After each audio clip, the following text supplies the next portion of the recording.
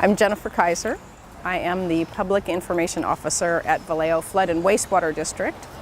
And we are here today in beautiful Hans Park with the Vallejo Watershed Alliance in partnership with the Greater Vallejo Recreation District to take care of its parks and do habitat restoration projects.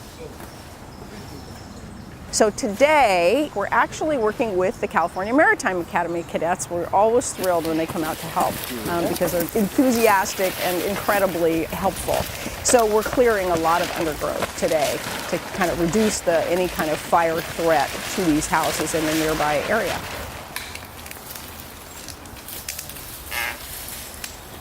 Hi, my name is Helen. I chose to come to this community service event because it's really similar to something that I did in high school. So I'm used to this kind of removal of brush to help clear the way for better vegetation, I guess. How I was raised, my mom, she really likes to give back to people and just to be thankful for what you have and to realize that not everyone can have what you have. So when you can, lend a hand.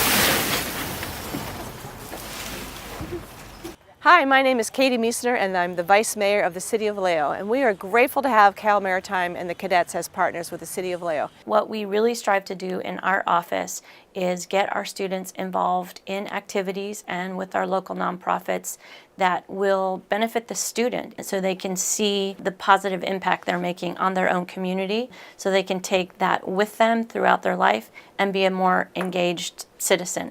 I really enjoy helping with Rebuilding Together because we do home renovations for low-income seniors, veterans, veteran widows, and community facilities, so it feels like a really good way to give back. As I participated in more events, I saw that the greater need was more in the warehouse because all the workday supplies were there and they were a mess. So I reached out to Elizabeth and offered my help, and I've been working with her and getting the warehouse more organized. Garrett has been a tremendous resource to Rebuilding Together. His maturity, his skills have really become much more enhanced by doing and getting some more real life experience.